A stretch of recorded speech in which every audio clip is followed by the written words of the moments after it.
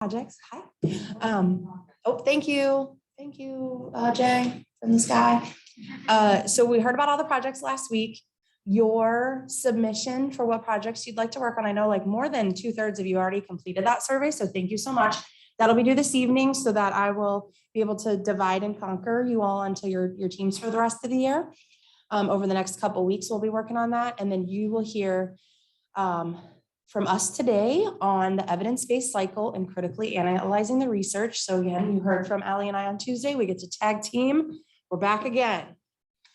Oh, this was going to work. It did a minute ago. There we go. So today we have 3 parts. The first being kind of what is the evidence-based cycle, and that's going to guide us throughout the entirety of SEBM in this whole course. Allie's going to come in and talk about the bias that we know exists in research to date. And then at the end, we're going to have an activity and really think through how to critically appraise journal articles by applying it to one article that is related to our population. So I have kept this slide for years because I just think it's really important that this is what Lend is all about, is this lifelong learning approach. So Michelangelo at age 87 said, "I am still learning," right? One of the most famous people you would ever hear about is, acknowledging that he's open to learning at 87 years old. And so we, just like becoming future leaders, we are lifelong learners. And that, I think, is what we hope to instill as a part of these SEBM team projects this year. So one of the main MCH competencies that we'll be covering is increasing your critical thinking skills. And that is a huge piece of what we're going to talk about today, is looking at something and saying, I'm going to find something wrong with that. Or I'm going to find out why that's not going to apply to everybody. Or I'm going to poke holes in this, because that's what critical thinking is. It's the ability to identify the issue, the problem, frame it, consider it from multiple perspectives, think about it. Oh, that might work for this population of patients, but it might not work for patients that are 5 years older than them. Or it might not work for kids that live in inner city LA just because it works for kids that live in Cleveland, Ohio, right? So it's those kinds of things. How do we reevaluate the information? How do we develop a different or reasoned resolution? And how do we apply that to our clinical practice? How do we apply that to our research? And how do we apply that to policy development? It's kind of all the things that we hope that you take away from this. I don't know why I can't get this to go away. Maybe it's because there's an open chat box question. Oh, Bethany says the PowerPoint is not uploaded on Canvas. Yes, there will be a different one, and I will make sure to download this one to Canvas after, because it's through my Visme account. But thank you for that. I'll make sure to download that and apply it to Canvas. But you can see it, right, Bethany? Emilia, you can see the slides? Yeah, I can still see it. Okay. Yes, great. I can see the slides. Okay, perfect. Nope, there we go. All right. So there are, I love how on Tuesday, we're like, if you have a slide deck for 2 hours and you have 6 objectives, that's a problem. Here I am, 6 objectives. But we have 3 topics. So we have two basically per topic, right? We're going to discuss the types of evidence that exist and how to incorporate that to meet your needs in research, how to just learn about and access new resources. Then Allie's going to talk about the methods for assessing whether or not a research protocol was effective or efficient, and that key information to include when you're putting it into a literature review. And then just some of the things that are related to bias. And making sure that when you're talking about a research study, is it good science?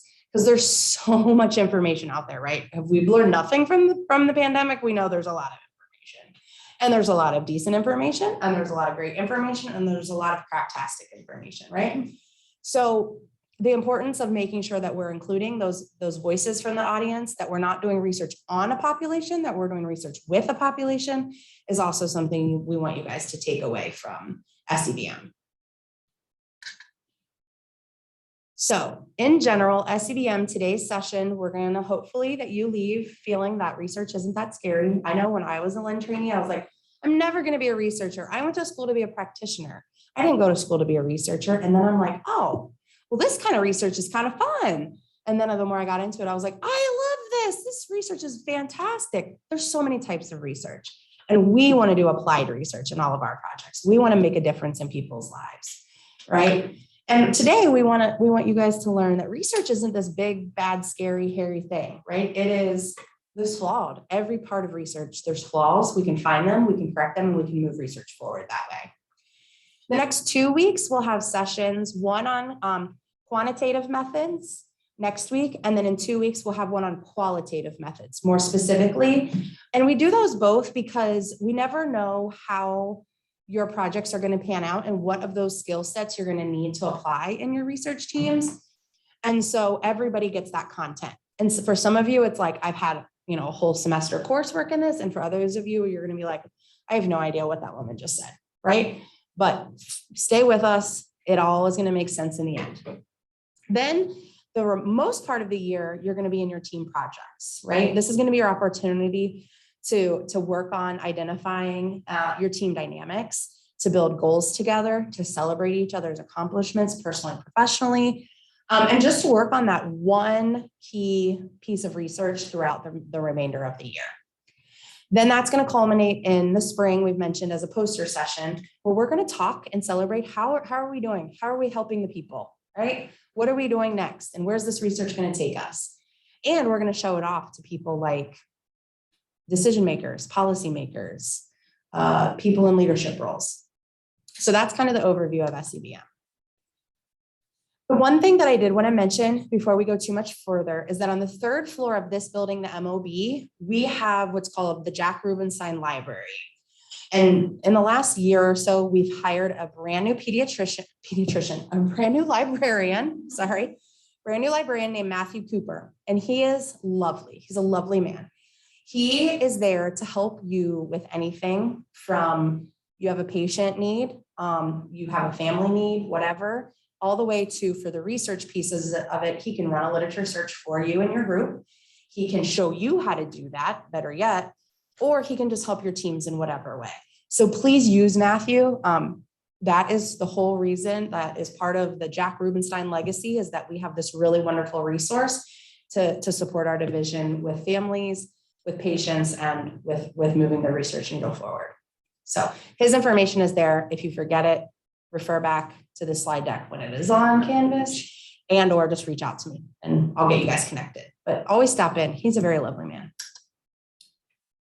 All right, so part 1 today, we're going to look at the evidence-based cycle. And so there's, it goes in this loop, in this constant loop of feedback, where we start at the top with a question, or there's a gap in the research, or there's a clinical need, or a community need. And we have to ask ourselves, why does this matter? And to whom does it matter? And why now? And so that then informs us on, okay, let's start to formulate our question around how we're going to meet that need. But we don't want to just do the same thing that somebody else has done, right? But how do we know what other people have done in research? We have to read their research. Where do we find their research? So we have to look to the literature. You definitely don't want to reinvent the wheel. Nobody's going to pay for research that somebody else has already done, right? Only if you're proposing it as being, we want to make sure that our results are going to be the same because this is really beneficial and we want to see if we can replicate it. So we're going to go to the research. So if anybody ever asks you in an interview, if you have a question about something, about a patient need or a family need, what is your first step? Your first step answer is, I read the research. I look to the literature, right? I don't Google. We're not Googling. We're reading the research. So the things that are actually looked at in a scientific manner. And Ali's going to tell us that not everything we read, we take, fully, because we can see through its holes, but we go to the literature. Then that helps us further specify what our question is going to be. We have to refine who is our audience that we're looking at for this research. What are we specifically asking for? What do we hope to see in the end? What are our hypotheses? And why is this even worthwhile right now? So we kind of keep going through. So the question, review the research, target, pinpoint that specific question, move to the next step, which would be developing our method. Everybody, raise your hands in the room or online if you took some sort of class in school growing up where you had to do a how-to presentation. How to make a peanut butter jelly sandwich, how to braid hair, whatever, right? That's all this is. That's literally all research is writing the methods that are planning out your specific steps and being as specific as possible. This is what I'm going to do first. This is what I'm going to do next. This is what I'm going to do next. Oh, this is what I'm going to do if that goes awry. So we've got to plan for that. But that's all it is. It's a big giant how-to protocol. That's the method section. Then you implement your method and you carry out those steps and see what happens. You collect the data to say, did it go the way I planned it? Did I have things that happened differently? And that's kind of part of your data analysis or step 6. So what does the data say? Does it confirm our thought? Does it confirm our hypothesis? If not, why? If so, great. That's what we thought it was going to do. But then that also then formulates your next question. And you start the whole cycle all over and over and over again. So I want you for the moment, and Bethany and Leah, I'm going to put you guys in, well, actually, I'm going to ask Jay to put you in a breakout room so you don't have to hear all of the sound back here. So Jay, if you could put them in a breakout room, that would be great. Or maybe I can. Oh, wait, I probably can. I just got to see it.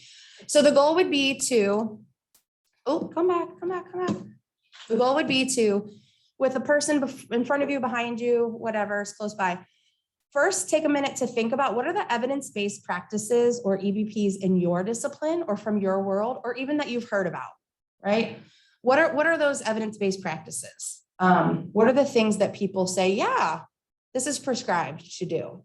Then I want you to pair together and compare those across your disciplines or with the people around you. And then we're going to come back and share that out a little bit. So, and what I want to think through is like, what do we know about evidence-based practices or evidence-based methods in our field? So you guys go ahead, start thinking, jotting down if you need to. I have no idea what that says. Speed of broadcast. Oh, okay, got it. Thank you, Jay. So weird. So yeah, go ahead in your breakout rooms, and then we'll come back in a few minutes.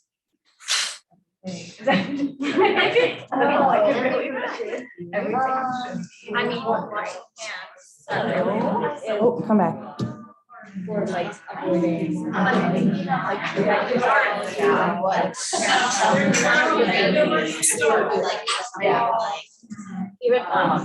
Greg, you can join them or you can join Sam behind you. You guys can have a 3-person. Yeah,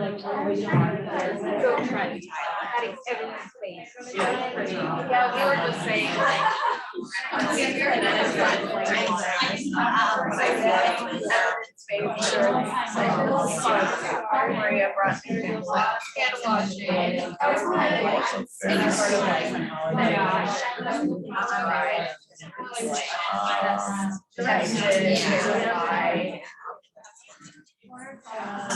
there are others. I feel like a lot of like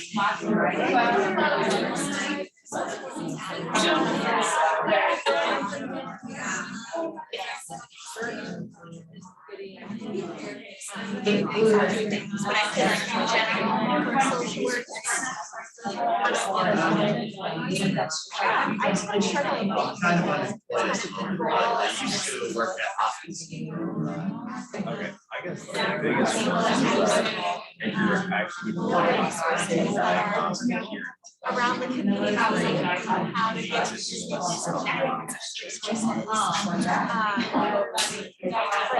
so broad that I think it's hard for me to think of something like an evidence-based practice.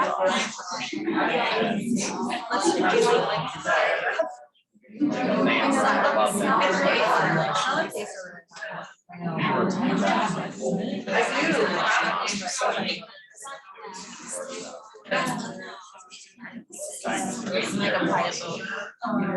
like like that aren't that's ways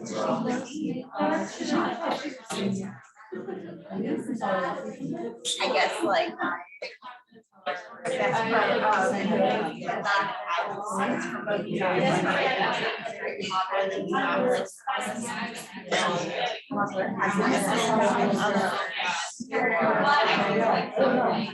Yeah, the like impact.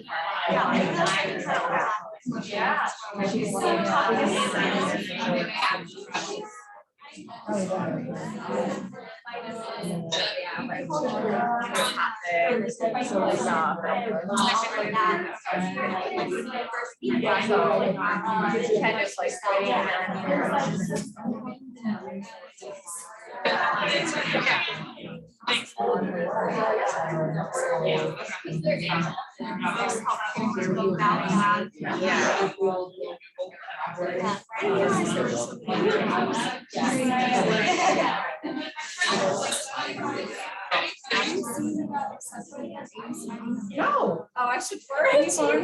Yeah, great.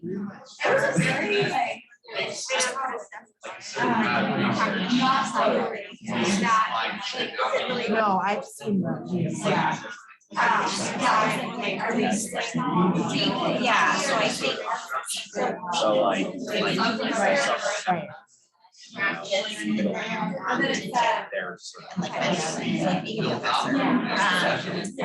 Oh, it is? Yay. So Risha needs to go to it. Right. Yeah, Risha to your list. Yeah. Poster. Really, guys? No. So folks, we'll come back together in about 2 minutes. So Jay, if you could let them know they have 2 minutes in the breakout room and close them down in 1 minute, that would be great. I'd like to.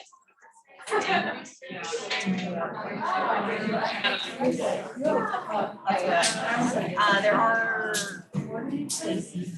like a setting like this. A midpoint? No.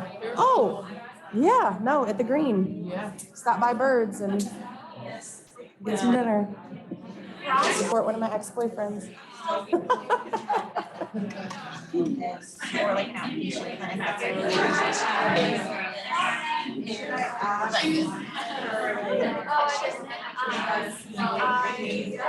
Right now,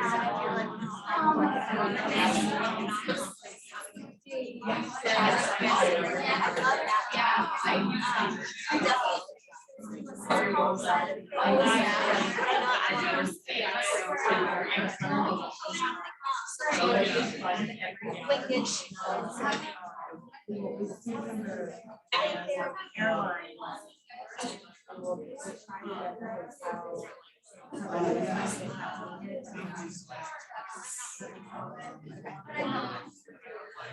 All right, 1 more minute. Jay, if you can shut down the breakout room now, that would be great. I don't know how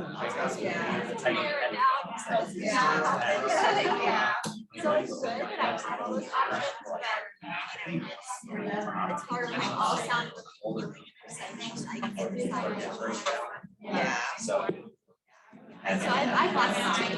Huh? Meals are covered on a per diem. On a per diem, yeah. So they would be reimbursed kind of thing. Not fully reimbursed, if depends on how much you spend. You get like a, right, if you're a heavy roller, right.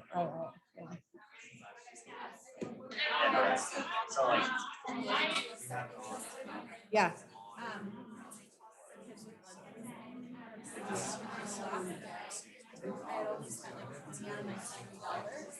So I went to this make it rain. Yeah, I went to this I love that. I love it.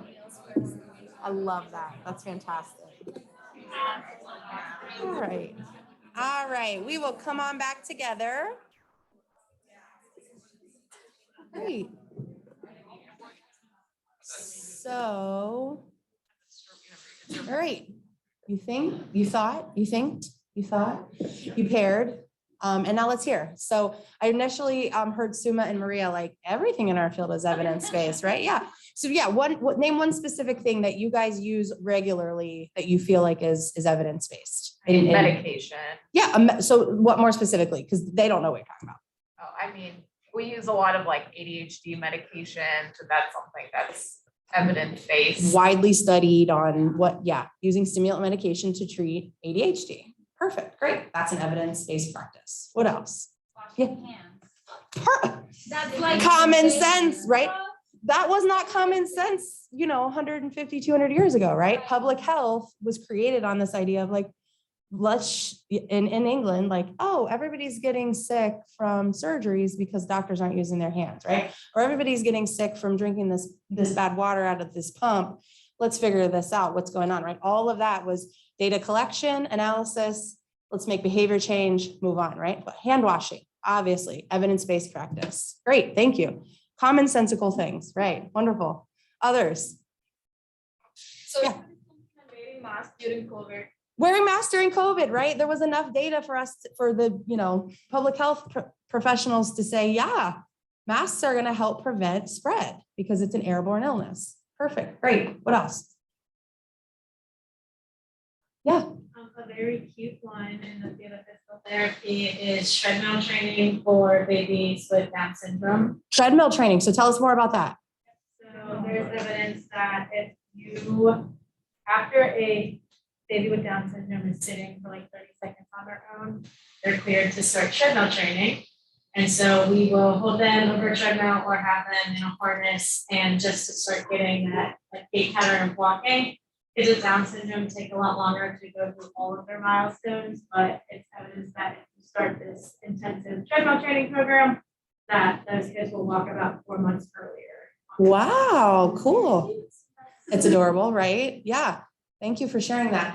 And I apologize, guys. Bethany and Walia, can you hear very well? I can hear. Okay. All right. Just making Yes, sure that I if can we're in hear. those back rows, we definitely use the mic. Go ahead, Katie. So we're in the same department, yay. Great thing about OTGT is, we like using evidence-based practice and intervention. So a lot of them, we will rank or someone else does and we follow it. Red light, green light, yellow. So we do not do the red one. But I think for something that's easier like that or torticollis, because we talk about that all the time. Yep. And then where I work, there's nothing. So now we're the ones that are Creating it. we You have to be the trailblazers. Like, this is what we should be doing. Yeah. And so for those of you that Katie works in OT mental health and in the mental kind of illness world of OT, and it's like there is not much in that literature around what is going to work for kids with psychiatric illness from an OT perspective. So you got to be those trailblazers. Yeah, Johnny. How about ABA? ABA. Yes, so absolutely. And Kavia's like, I live ABA, I'm an ABA. Yeah, she's a BCBA. So we're gonna talk throughout the year on, there's lots of controversies around ABA. And a lot of the controversies around ABA have to do with what Allie's gonna present on related to the biased nature of the literature around ABA being done predominantly with upper middle class white children from upper middle class white families. To be really transparent. And we know from ABA that there is no dosage. So a lot of insurance companies right now are saying, well, we're only going to cover it if you do 20 hours or you do 40 hours.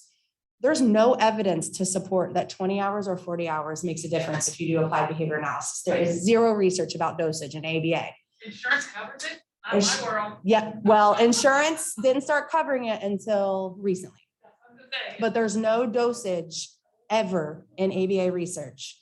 But there's this mentality. Yeah, we'll have a whole session on ABA. Kavya is going to help co-teach with Dr. Lori. But yes, ABA is one of those that in the field of developmental disabilities is widely known as being evidence-supported, evidence-based, right?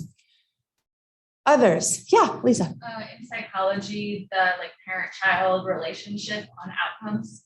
Right, so parent-child interaction therapy in and of itself has a lot of studies and a lot of support that with certain age range of kids and with certain behavioral presentations that is an intervention that works to improve outcomes. Great. And Amy, were you going to say something similarly? Yeah, I was just saying, one thing we were trying out too is there can be like different evidence based at different levels. So like at a broader level, like multimodal assessment, and then like certain assessments measures are supported, but will be considered evidence-based. Great, excellent. And I think that that just kind of takes me to this idea of like, all of these things we have to learn from each other, because I don't know everything that's evidence-based in OT. I don't know everything that's evidence-based in, speech, but we learn from each other to determine that. And so that's one of the things that I bring this example up in this session so early in the year is because all of us sitting in this room can't assume that the other people know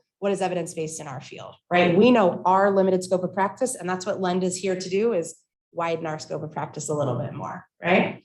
So great, thank you for that wonderful discussion. Okay, so research in America. This is why I have research really everywhere, but especially in America, everything goes fast, fast, fast, right? So fast food research, we need to know it, we need to know it now. And so our goal is really to spend the least amount of time, money, and resources to get to the answer we want. But we always want to be looking forward to what is the best possible outcome for our patients and our communities. But nobody's going to give you the grant dollars to cover everything you want. Nobody's going to give you endless dollars and endless time. You have to be very mindful and get it done quickly with the best possible outcomes. So call it fast food research. And so kind of thinking through how do we do research? We have to make sure it's aligned with what we want, right? It has to be relevant and it has to be important to those people. For a long time, even when I was early on in my career, folks would do research and never actually ask the people who it was going to impact. It's like, well, what was that good? What good was that? And there's this whole mentality of, if you ever hear, oh, those people in the ivory tower. And it's like the academic people who don't actually go to the community and say, hey, is this going to help you? Or what would help you, right? So over the last, I would say probably 10 to 15, 20 years, more of what we call participatory action research, or even derivatives of participatory action research, have evolved to include those people and making sure that those people are actually having a seat at the table and a voice. And there's still a fight in a lot of areas.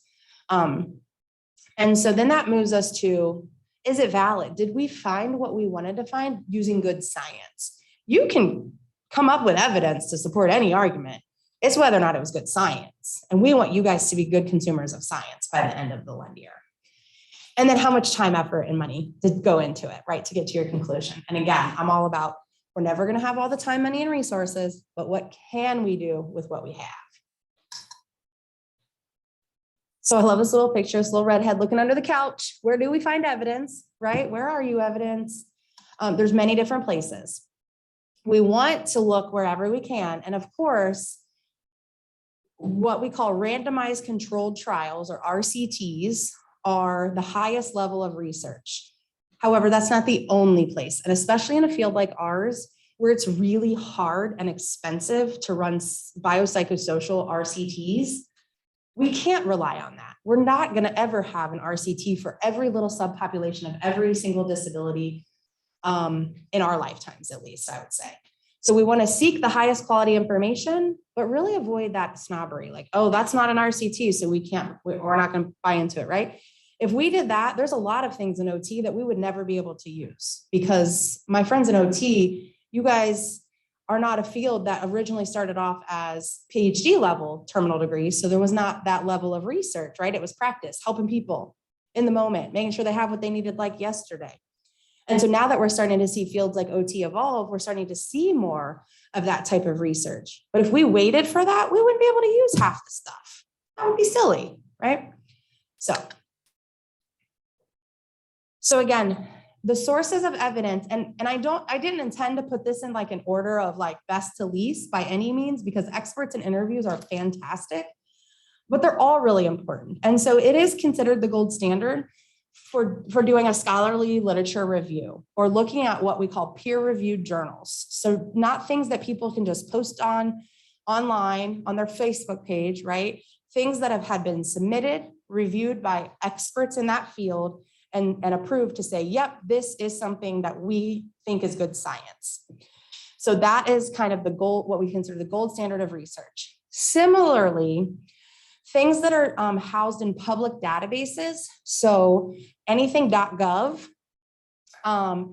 like that could be really helpful and could be those public databases. So there's going to be some examples on some slides. That is where our government has said, okay, we're going to do this research, but we're going to make it transparent and open to anyone. They can have access to it. So therefore, it's not necessarily peer reviewed, but we can put some credibility into it because there's time, money, and effort. Then there's what's called gray resources. So it could be things that are just not controlled by commercial publishing. So it could be things like people's dissertations that maybe weren't published. It could be a wide variety of things that you just find out there. So still consider it, but we're not considering it as necessarily the highest level as peer-reviewed journal articles that have been shown over and over again for the same result. Then we have websites. So governmental.orgs might be more of a website, and nonprofits. So things that people post that maybe are through their Autism Society of Greater Cincinnati. Still very important information, but not peer-reviewed journal information, not public database kind of information, different types of information. And then of course we have experts and interviews. And so just some examples of scholarly literature are going to be those journals that are from your disciplines, right? And not everybody knows about the other ones. So it's going to be something that a more alphabet soup, right? The physical therapy one, Caitlin, what's the acronym for this? PTJ or APTJ? APTA, right. So it's those journals that are publicly out there that anybody can submit to that. And then you have those groups of experts that review. So these are just some examples. There's, oh my God, a bajillion journals. And then within those journals, there's what we call impact factors. So the higher the impact factor, so it's the more prestigious the journal is, right? So that's just for your knowledge. This is not meant to be read. It's just meant to be there for your reference later on. That also we know that scholarly journals and scholarly work can be done in narrative reviews or systematic reviews or meta-analyses. And so the idea is that we can take a whole smattering of a similar approach and look at everything that has been done on that. So for example, Caitlin's example of the babies with Down syndrome on the treadmill. There's probably been multiple types of studies looking at that effectiveness. Somebody likely can pull all of those journal articles, all of those individual studies, pull them together and look at them in a narrative review to say, this is what all these different groups found and publish that. Or better yet, they can take it to the next step and run statistical analyses based on that group of research projects and have outcomes from that statistical analysis. And that would be a systematic review. So it's more of a quantitative summary in the end of this population of research projects or research studies. So systematic review is more evidence-based. Narrative review is more of like a kind of, I think about a literature summary or an overview of a topic based on some specific criteria that people set forth. Like I'm going to search everything related to autism, elementary school age, eye contact, right? Those are the search criteria. And then they find and narrate everything that was in that versus if they take those studies and conduct statistical analyses on the findings, that would be then leading to a systematic review. So some specific systematic reviews that I think we tend to draw from, and especially the field of autism, that were done well in good science are the National Professional Development Center at University of North Carolina, Chapel Hill. And so you'll have the link there. If it's not already in Canvas, I'll make sure it's there. And this is a group that just talks about a lot of the ABA strategies and why they're evidence-based and what they are. And then also the National Autism Center out of Boston, they had a phase 1 and a phase 2. And the phase 1 was more what works with kids with autism, and phase 2 was what works with kids and adults with autism. And oh, it looks like the same. Well, I apologize. I'll change that to make sure you actually get the right link, because it looks like the same link is in both boxes. My apologies. So they did a whole systematic review of all of what was out there and reviewed, oh my gosh, thousands of pieces of literature. Jen did phase 1, and it was quite the undertaking. So those are two that we tend to use often in the field of autism, just as examples.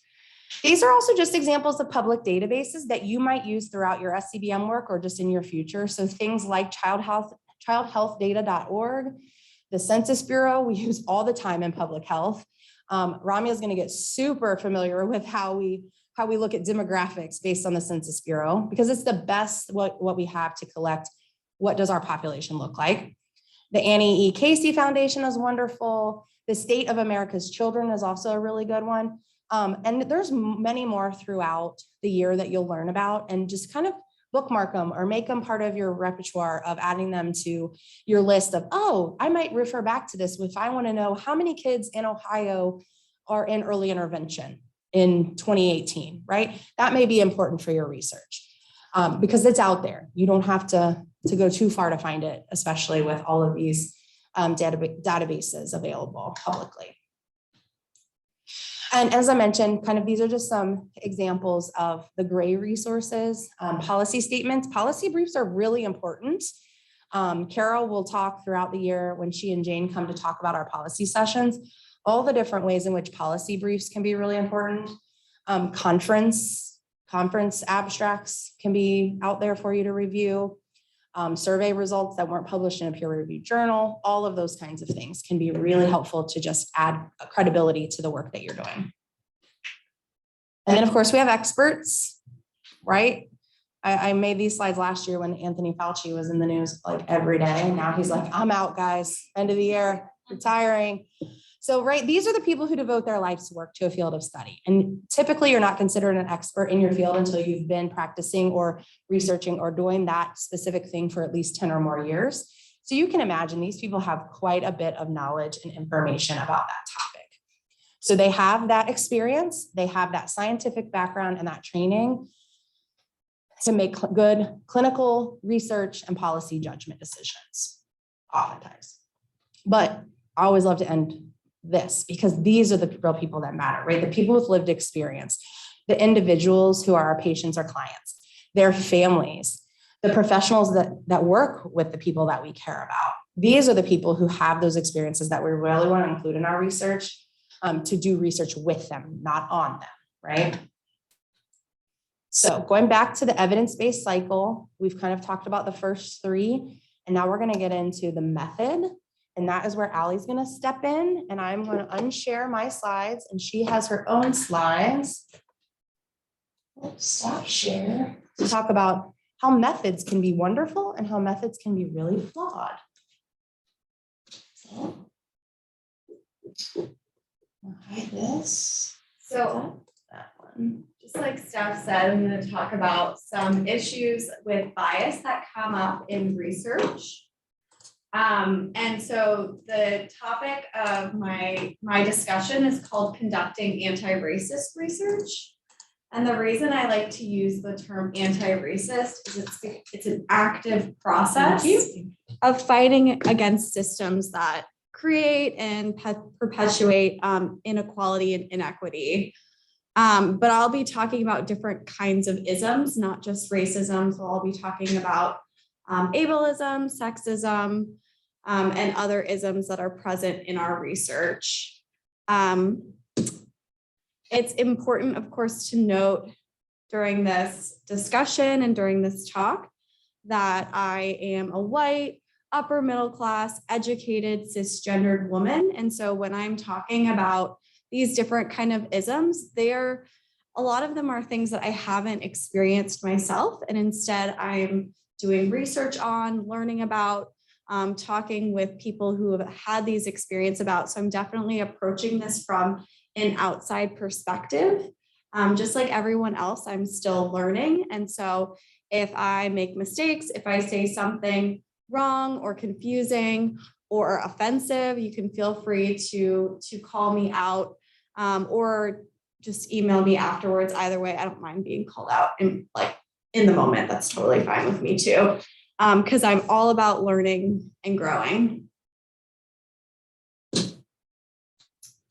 Oh, these aren't my newest slides. Those words were supposed to be way bigger. I'm sorry. Canvas, they are.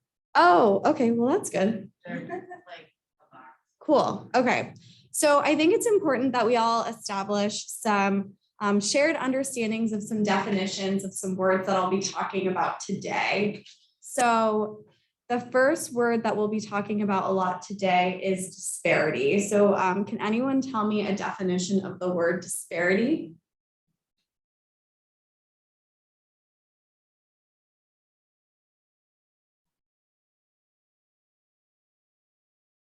Shout it out.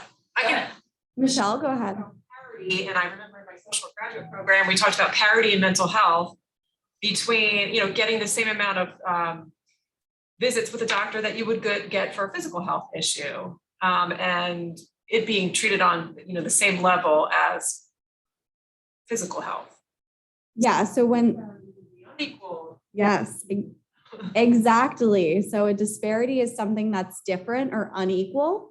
And so when we talk about disparities, a lot of times we're talking about disparities between different groups. So it might be disparities between the care you receive when you have a physical health problem versus a mental health problem, or it might be just a disparity based on an identity that you have. So a really important disparity in our country is wealth disparities based on race. And so we know that Black and Hispanic/Latinx individuals have way less wealth than white individuals. And one of the important things when we're talking about disparities is that a lot of the time we just talk about the disparity, what it is. So people of color have less wealth than white people, but we're not talking about why this disparity exists. And so this disparity doesn't exist because of any fault of people of color. This disparity exists because of systemic racism and systemic inequality, which is our third definition on the slide. But before we get to that, does anyone know what it means when I say a representative sample? This one's a very research specific term. Lisa? So it means that it accurately captures the population that you are focusing on. So whether it be like income or race based off your example or anything else, it represents the diversity in the general population. Exactly. So if I was doing a study on wealth in this country and I wanted to actually know what wealth differences there are, I would need to sample every single person in this country to have a representative sample. Or for example, when we are sampling maybe like children with autism, we would need to sample people not just who come to Cincinnati Children's, but who also exist in the community, because the families that are coming to Cincinnati Children's do not represent all of the families of children with autism. And so that's what I mean when I talk about a representative sample. And then can anyone give me a definition of systemic inequality?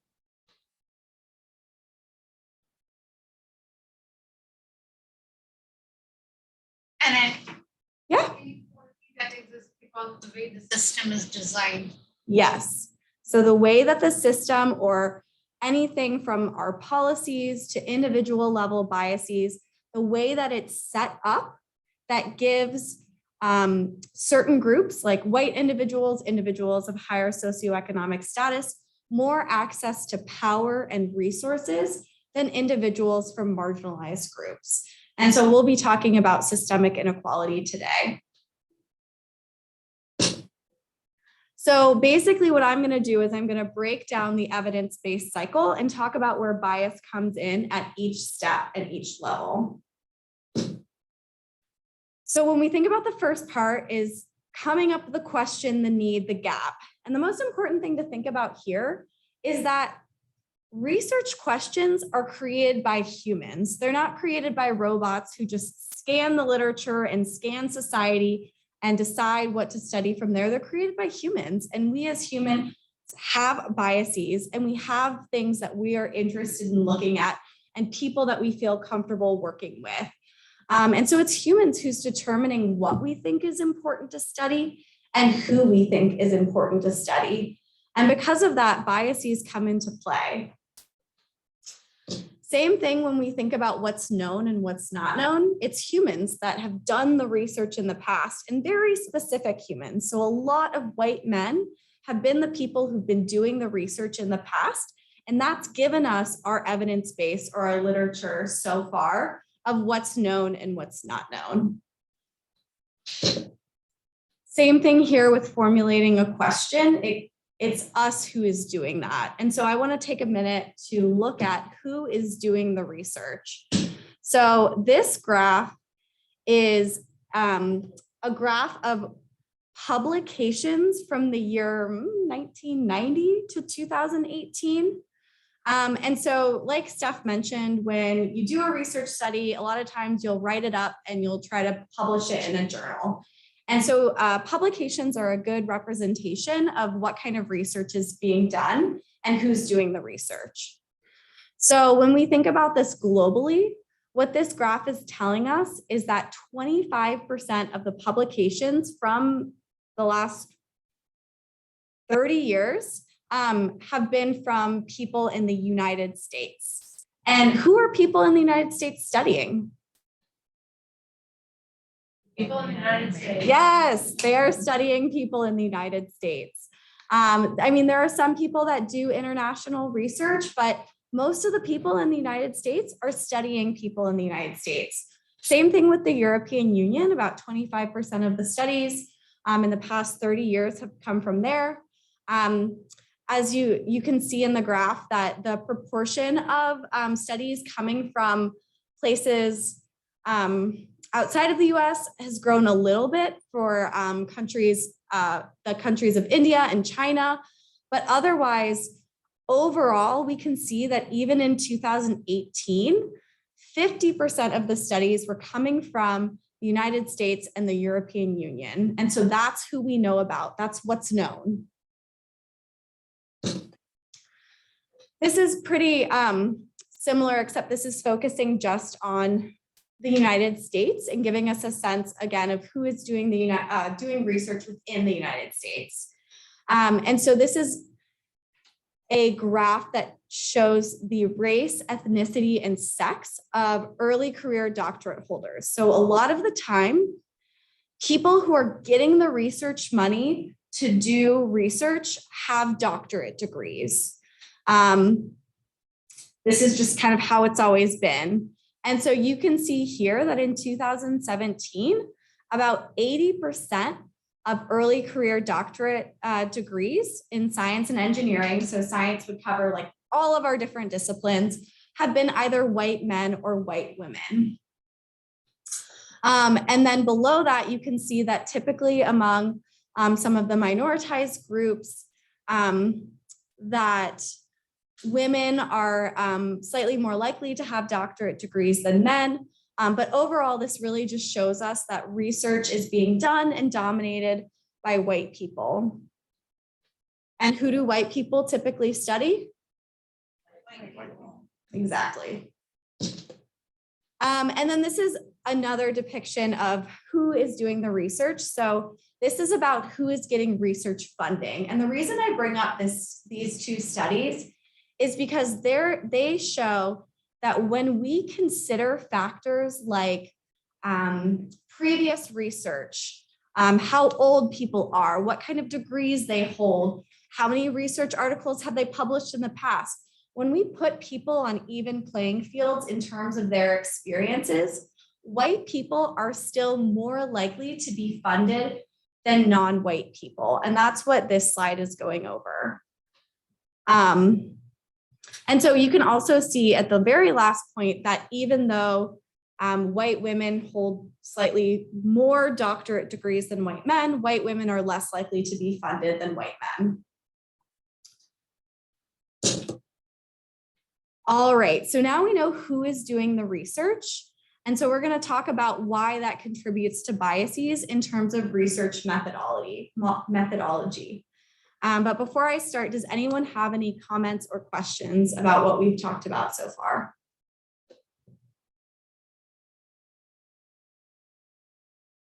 All right. So after you've decided what to study, you're going to decide who to do your research with or on. And lots of times when people are deciding on who to study, who to ask the research questions to, they find a convenience sample. Does anyone know what a convenience sample is? It's kind of like what it sounds like. Basically the easiest sample. The easiest sample to get. Does anyone have any idea about who the easiest people to sample are? Some of you in this room were those people. Undergraduate students. Undergraduate students.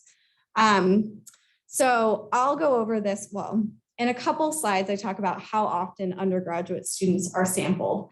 But do you guys think, feel, and act like undergraduate students? So if a research question is asking something that may pertain to you, and it's studying that phenomenon or whatever it is using undergraduates, the conclusions they draw are about undergraduates and can't apply to the people in this room because we are not undergraduate students. And so ultimately what ends up happening, just like what we talked about before, is that our research samples look like the people who are doing the research. And so sometimes we call this weird samples, and weird samples are Western samples. So from Western industrialized, typically democratic nations, a lot of the times the samples are highly educated or come from highly educated nations that typically have more wealth and resource than other populations. And so that's what our samples typically look like. And something that's not defined in the weird definition is that our samples are predominantly white.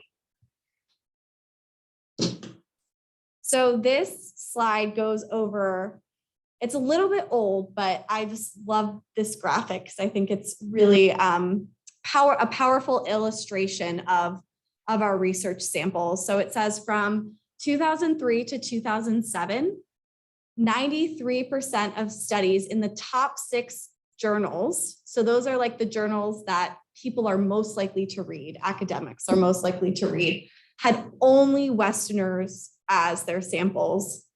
And then if you look below at the bottom, it says, furthermore, 99% of US subjects and 80% of other Westerners were undergraduate psychology students. So again, that just illustrates that these are often our convenient samples, and then the conclusions that we draw from it are about those people and not about other groups or a representative sample of people that live in the United States.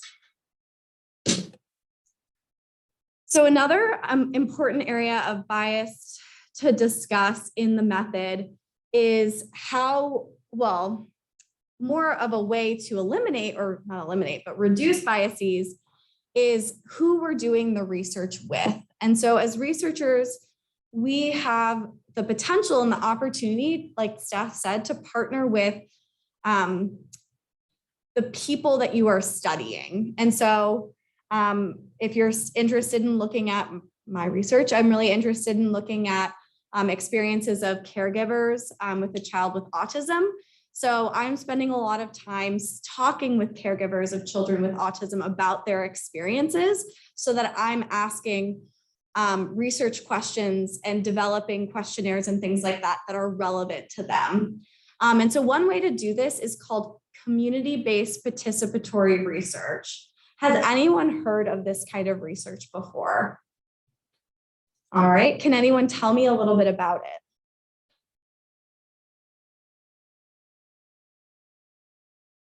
Lisa? So it's kind of like Stefan said earlier, is when the people that you're studying get invited to the table and they also have a voice. So they get to kind of have their input and be involved in the research study. Yes, so the people that are being studied are at the table developing the research questions, the methods, analyzing the results. And this contributes to more relevant and rich research that's less likely to be biased. But unfortunately, only 0.1% of studies are community-based participatory research.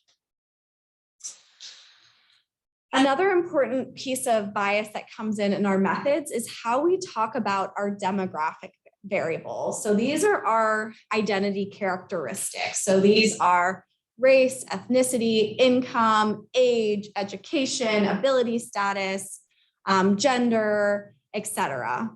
And a lot of times we ask people to fit themselves into boxes rather than allowing participants to define themselves. And so what this might look like, for example, with, I'll give ethnicity as an example, because this is one of the most commonly used ways to define ethnicity, is to say, are you Hispanic/Latino or not Hispanic/Latino?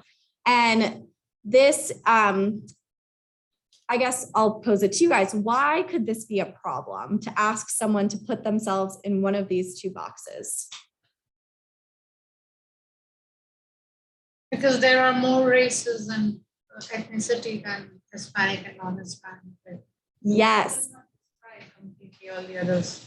Yep. So there are more ethnicities than Hispanic and non-Hispanic. So if you're asking, for example, I don't know if this is what you were thinking of, but if you're asking about race and ethnicity, then you are not capturing the ethnicity of a lot of people that you're talking about. So like people who like come from different areas of the world, have different ethnicities, like they might be like categorized as, a person might be categorized as Asian, but that doesn't describe their ethnicity, which could be something more specific, like a country of origin, like Pakistan or something like that.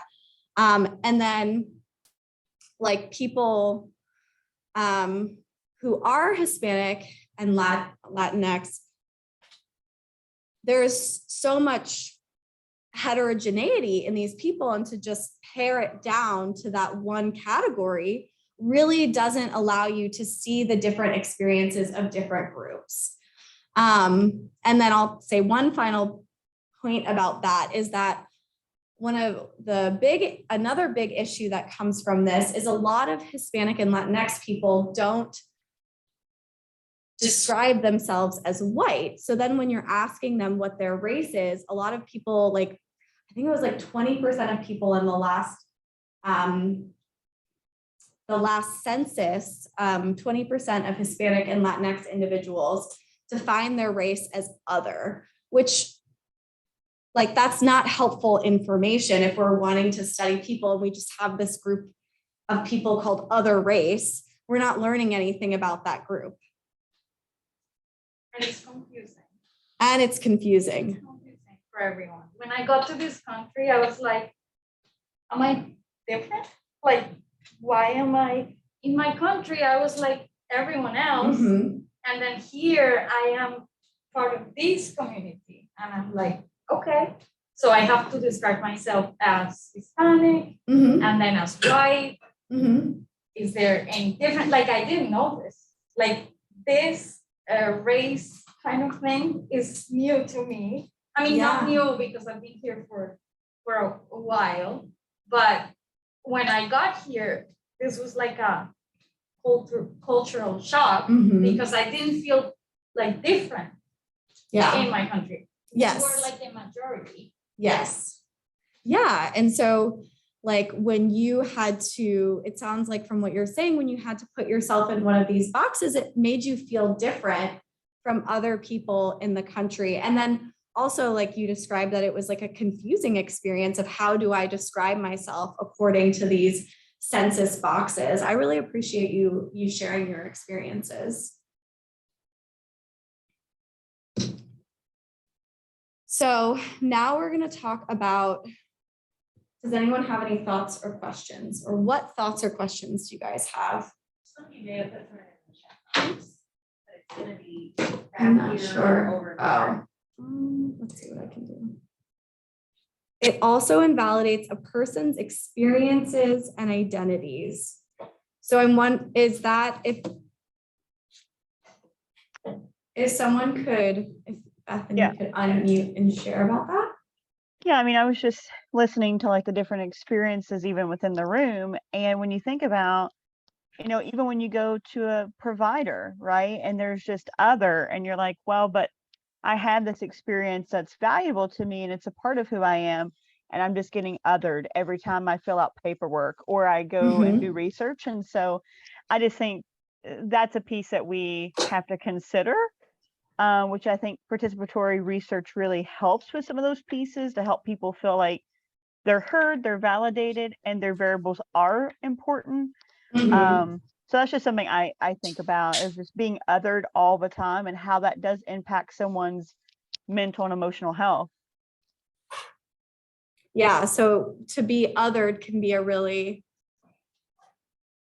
like points out how you don't fit in with the majority culture, and it's a really isolating experience. And I mean, there's a lot of research to suggest that it can have really negative impacts on mental and physical health. So I appreciate you bringing up that point as well.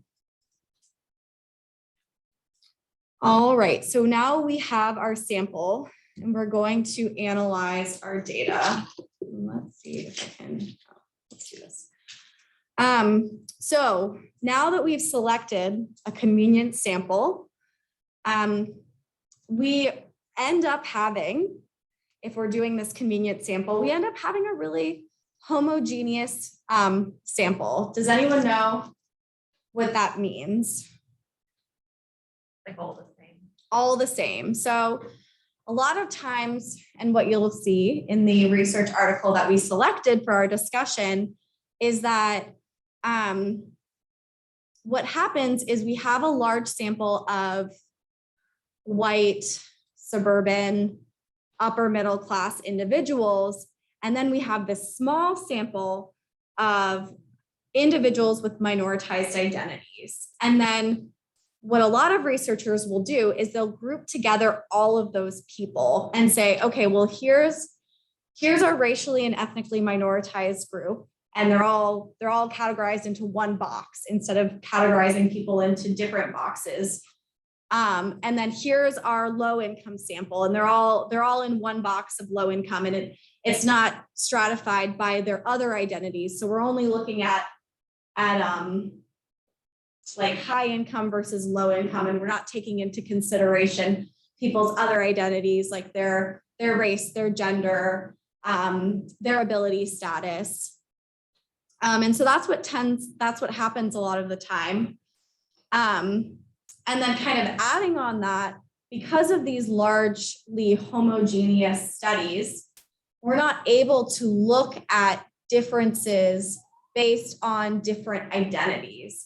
So we're not able to look at whether our research outcomes, whatever they may be, are different for different subgroups. And so here, I mean, a lot of what I talk about today is talking about race and ethnicity, and that's what a lot of the research is on in terms of like what is missing in our research. But here's an example of only 1.4% of medical intervention studies had proposed to perform race or ethnicity based subgroup analyses for treatment effects. And so when we do this, or when we don't do this, we say, okay, like 90% of our sample was white, and it looks like the treatment works well for everyone. But then we don't know how whatever this treatment is works for people who are not white. And this is the same for other identities. So like lots of times we're not looking at, okay, we're asking families to do this ABA intervention, but we don't know whether this ABA intervention works as well for people of lower socioeconomic status who may not have as many resources or access to things that are important to be able to participate in the intervention. And so we're drawing conclusions, based on these weird Western educated, white, rich samples. Oh, go ahead. I also noticed one more thing when I take my son to the pediatrician, and she kind of graphs his growth. He's in the 70 percentile or 80 percentile, but she forgets to take into account that he is of a different race. So his percentile growth for an Indian male would be different. Caucasian are taller in general than Indians. So he might not really be 70%, might be a 90 percentile when you compare him to his own race. So even that basic comparison and is very biased towards. Yeah, that's a really, really, really, really good point, because a lot of our standards of even IQ, right, height, weight. Can anyone else think of just standards that we set ourselves to, that we check up on, those kinds of things?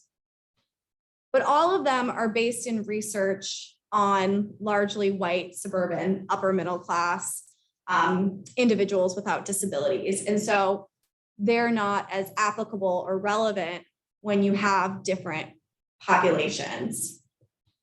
And what this does, you bring us perfectly into our next point, is it establishes whiteness as the norm. And you'll see this a lot in, I see this a lot in the titles of research articles. If the research article is done on a majority of individuals who are white, it will just say health access in Fragile X syndrome. That's what our topic is today. But if the study is done with individuals who are not white, it will always or almost always have their race or ethnicity in the title. And that demonstrates to us that, people think it's important to have race in the title when people are not white, but not important to have race in the title when they are white, suggesting that we don't have to say white because it's the norm. And so this is just a huge issue in how we talk about research.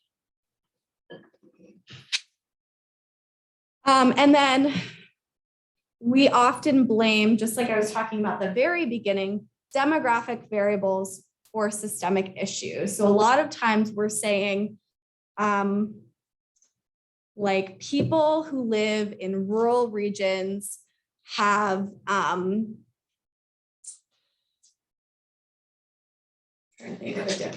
people who live in rural regions don't go to their pediatrician enough. And now we're blaming people who live in rural regions for not going to the pediatrician enough, rather than saying there is a lack of access to pediatricians in rural communities. I was just going to use this as an example of fitting people into boxes, but I think we already talked about that a lot, so I can skip this. And then Steph talked a lot about, our evidence-based research for individuals with developmental disabilities. And this really amazing study looked at the race, ethnicity, and nationality of participants in all of these studies that form our evidence base. So form our knowledge of ABA and how great ABA is, and our knowledge of visual schedules and timers and positive reinforcement. And only 31% of the studies even reported race, ethnicity, and nationality.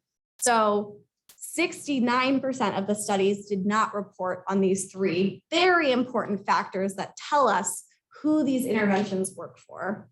And then of those 31% who did, 65% of the participants were white. So again, our autism and developmental disability-based evidence base is based on a majority white participants. So what can we do to reduce bias in research? We can partner with community members, activists, so that we know we're doing research that's relevant to the people that we want to do research with. We need to be clear and open about the sample that we use and the limitations that our sample has. And we need to allow participants to describe themselves so we know who these participants are. We need to seek to understand the reasons for disparities rather than just stating that they exist. We need to know why they exist so that we can change them. One thing that's really missing from research on marginalized groups is the strength and resilience of marginalized populations and the awesome things that marginalized populations are doing, and we're only focusing on the disparities. And so that's one area of research that's really lacking. We also need to use system-centered language. Have you guys gone over system-centered language yet? Okay. So system-centered language is, again, it's just like what we're talking about with the word and the idea of disparities. It's using language that demonstrates that the systems are the problem, not the people. So, for example, if you say, like, these neighborhoods are disproportionately people of color and low income, then you're blaming those neighborhoods for whatever problems that they have and blaming those groups of people. Whereas if you're talking about how segregation has caused these neighborhood differences, then you're blaming segregation and like systemic inequality. I can post a link to a really awesome article about system-centered language if people are interested. We also need to think about how we recruit participants. So are we recruiting participants in places that a representative population is, or are we like just going to a fancy hospital and recruiting people from there? Oh, wow. That's the end. I don't have a very good conclusion. So those are a few things that we can do to help reduce biases in research. Those ideas didn't come from me. I am not brilliant and all-knowing. I instead learned from really awesome, wonderful psychologists who do anti-racist research. So I would suggest you check out some of these articles, especially this first one. This has a lot of great action items on how to conduct anti-racist research. And my contact information was, well, it'll be on Canvas, but is here if you have any concerns or questions or want to talk about LEND or life. Yeah, that's me. So let's take a quick break before we. Also kind of hard. Can't believe that it's already September as well. Like where did, I swear it was just orientation, right? All right. So just a couple of things too, before we jump into critically reading journal articles and reviewing them. Another couple of things too that another big piece of SEBM is that what you did before you started or what you're maybe still working on to finish up is the city training. The CITI training is so important because of all of the history of taking advantage of vulnerable populations. And so that is the epitome of an institutional review board's duty, is to make sure that researchers or research in general doesn't inadvertently or on purpose take advantage of vulnerable populations, particularly pregnant people, prisoners, those who are considered marginalized or minoritized populations. And so much of what you have to do in research has to be cleared by the IRB. And the reason I'm saying this now is because I recently was on a call with another LEND director and she was like, well, I'm dealing with an issue. And I was like, what's your issue? She's like, well, I have to add in a piece about IRB because I had a student that went rogue and did a project without going through the IRB. And I was like, no. So always, always, always, if you ever do a research project, you have to go through an institutional review board, right? Whether it's at a university, whether it's at your hospital. You could work for Cincinnati Public Schools. They have their own institutional review board. Every entity that will allow research done on a population, you have to have it approved by an institutional review board. Hence why we mentioned that last week in some of the projects. Some of those projects are already approved by our IRB here at Cincinnati Children's. Some need to be approved. Some are waived because they're considered program development and evaluation. But that whole piece, we can't just say, okay, we're going to collect data. We're going to analyze data. We're going to present data without having somebody from the IRB approve it. Okay, so hopefully you picked up that message in the city training that the IRB is important. Just have to say that. All right, so critically reading journal articles. Journal articles in general are comprised by and large of these topic areas. So this is a component of any typical research manuscript. Not everyone. I've written some that are not based on research, but they're different in the way they're laid out. But by and large, a manuscript is laid out with a title, and that can be very much critiqued. So who is the population? Can you figure that out? Who is involved? What's involved? Where is it involved? Then that moves into the abstract, which is the short summary that's usually 250 words or less of what the whole entire research project was about. Then it moves into the background section, which is a summary of everything we know about that particular population and that particular research area that informs why we did this project to fill a gap. So the background kind of is a little bit of a, here's what we know, but here's the justification for why we're doing what we're doing. Then the methods, again, are the how-to section of what particularly did we do in this project? Who were the participants? How were they recruited? What do we know about them? What exactly did we have them do? So that could include the measures that they took, the surveys, that kind of thing. Then the results section are the analysis and the statistics part. Don't skip this. This is the part we all want to skip and just jump ahead. At least start getting yourself familiar with how some of them are worded, and it'll come easier over time. This is the part where most people are just read the abstract, which is fine if you're starting to just look for something that might be good to read on your area of interest. But when you're really digging in, don't skip the results section, because it's just really important to know, like, what are the tests from a statistics perspective that they used? And then discussion. Discussion is a summary of what they learned from their analyses. Did it confirm their hypotheses or not? And then what are the limitations? Every research project has limitations. And if it doesn't have a limitation section stated, that's a red flag. If it doesn't have a next step section, that's also kind of like, well, where are they going to take this research next? Most discussion sections have this is what we found. This is what it confirms or doesn't confirm. This is where we're going to go next. And these were the limits, or why we can't generalize to a bigger population. So what we wanted you to do, and Ali is going to mix us. So we're getting up and moving our bodies again, mix us up into groups of 4. When he was born. And I know we definitely gave our friends in the back corner the methods. That's the meat. That's the hardest probably to really analyze right now.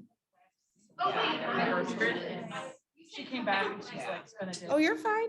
You're fine. All right. I hate to cut off conversation, but I also want to get you guys out of here closest to 5 as we can. So it's one of those things where we kind of have to go in order. So title and abstract group. You guys could tell us based on kind of what you think, responses and discussion you guys had in your small group. Go for it. Anybody? Oh yeah, make sure you have a reporter. Yeah, we did notice that in the title, they did not mention in the demographic or population that they were. I might have, Michelle, could you grab that mic? Thank you for jumping in, Talika. And also, sorry guys, this is Talika. This is Tulika, one of our family trainees. She's joining us today for in person, and she will be here the rest. So yay, Tulika's here. Sorry, I should have done that earlier. I apologize. Go for it.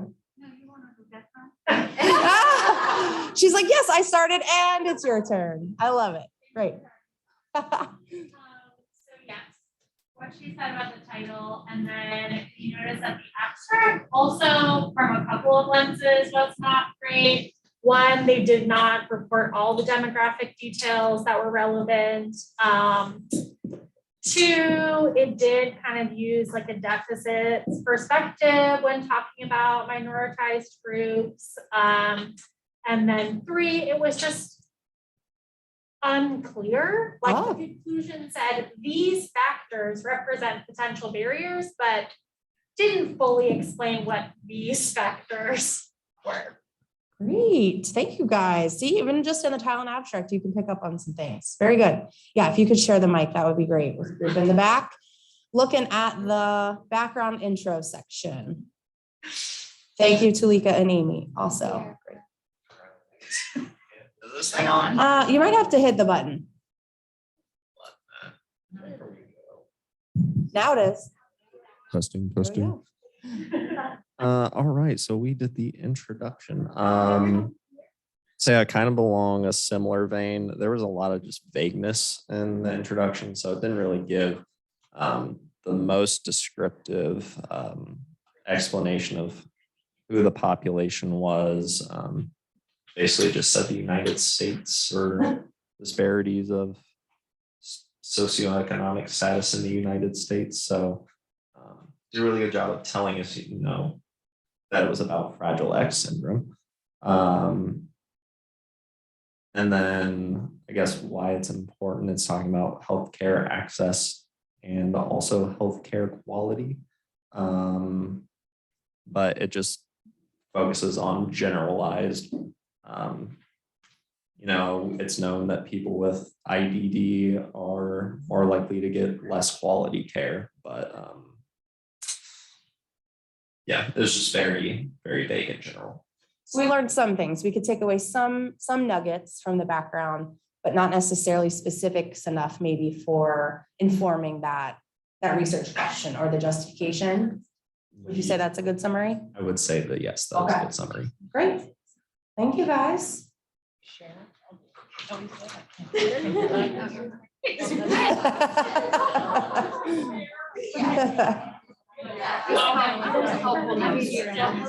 All right, methods team. So I'm going to report. We've got a couple things, but Yeah, this is Bethany. She's been on Zoom. and so I get to be here. There we go. Yeah. I'm literally right upstairs, sitting in Yes. the chair in my office. So a couple things at first. So we have our lovely note writer here. We did notice that just the message was like all over the place. Like their survey, some people mentioned like, did they validate it? Did they test it previously to see what kind of, you know, information you're getting from that? They also excluded like a whole entire group of people. So they were like, well, females with Fragile X they're not as cognitively impaired. So let's just take those people out because they don't need healthcare access. I don't know what exactly the point of that was, considering they were looking at adult males as well. Let's see. Yeah, the valid survey piece, exclude the group. People had questions about how the survey was created because there was a lot of information. It was almost like they were doing the Vineland, but also doing the healthcare quality piece. Hi, sorry, my notes are all over the place also, just like this method section. But basically what we also noticed about what the survey was the participants seem to have been, what is the word? Yes, cherry picked from the inventory or like the online inventory for Fragile X syndrome individuals. And when they did that though, I don't remember where I was going with this. Oh yeah, okay, so the survey itself, there was no citation for the survey, but it seemed that they had created the survey on their own, but it was unclear about where the survey actually came from. And then 1 second, sorry. And then they did report all of the findings for the different, they did a descriptive statistic and regression analysis as the methods, but it was unsure exactly how you know what, I'm gonna pass them. What instruments they were using in their analyses? Is that what you're saying? Yeah, so they used the regression analysis to analyze the results of the survey, but the information that was provided from the survey was very extensive and also all over the place. And now I'm gonna pass the mic to Ramya. Yeah, literal tag team here because of the methods. I want to talk about how they enroll the participants. They actually did a survey by partnering with the 2 other foundations. What they did is like they send the emails and they even like posted in the registry. So the other people who access their website can see there. And that's how like the participants that are around 596 or something, he was involved in this research. But the main thing here to notice is like 90% of them are female, in which 93% are like whites. And they only considered people who are like, excuse me, I'm just referring. So 1/3 of them are like reported has an annual income of more than 100,000. So it's like, even though they get the data from all over the US, but the mainly concentrated on the females, who are white, and also like who are 1/3 of them are like almost upper middle family kind of thing. Absolutely, yeah. And even that point of when you mentioned, Ramya, was posted on a website for recruitment, that has the connotation of like, you have to have access to internet, you have to have access to a computer. There's so many things that go into that piece of recruitment. You have to have the time to even explore. So absolutely, yeah. This foundation Yep. Or know about it, be privy enough to be included in that foundation, But right? they do send emails, but they don't mention like who actually they send them emails to. Yep. So it sounds like across the board so far, there's so many holes of this because there was no justifications behind. So we have this survey, but the survey, even if you say, we didn't validate this survey in this study, that's fine, but at least say it for the reader so they know, right? Exactly. I know one of the other things brought up is like some of the variables within the survey, like, I don't know your name, I'm sorry. That's right. Greg, he mentioned like, well, why are we even looking at a comorbid ASD diagnosis? They never even talk about why we would want to include that in the first place. And I was like, that's a good point. Like, because of the background, we don't have any justification really for what they're testing in their survey. Awesome. Great call out. No. Sorry, I know. Oh my gosh, it's 5. Sorry, guys. Results and discussion. Tell us one concern you guys had. Well, Or if you want. interestingly, and I'll go pretty quick. Interestingly enough, everything we've talked about today was in the survey, the results. Okay. Really You took quick. this study on purpose. They talked about the results of the doctors. Most were pediatricians, smaller percentage for like specialists. They talked about the age of the participants. So, at diagnosis, was it older or younger than when they did the survey at 12, but they had services at before 3. So early intervention. They talked about parental education. The parents were more educated than it wasn't across the board. They didn't have a good pick. Race, imagine white versus everybody else. That was pretty much what it said. Yep. And the income, the people with lower income were less likely to receive services for Fragile X than those with money or without money, or with lower income, less likely. So it was pretty much everything we've talked about. In there. Yeah. And did they acknowledge that these were all limitations? Is that the discussion? Ish. Yeah. Okay. Yeah. That's a good idea. Divide and conquer. What they said, but Yeah. they basically were like, we looked at rich white people and we know that they're not the ones we should have, but we did anyways, sorry. So, yep. And I think the overall takeaway, I hope that you guys gathered that from this little exercise of just because it's printed in black and white in a journal doesn't mean it's, perfect. It's definitely not fact.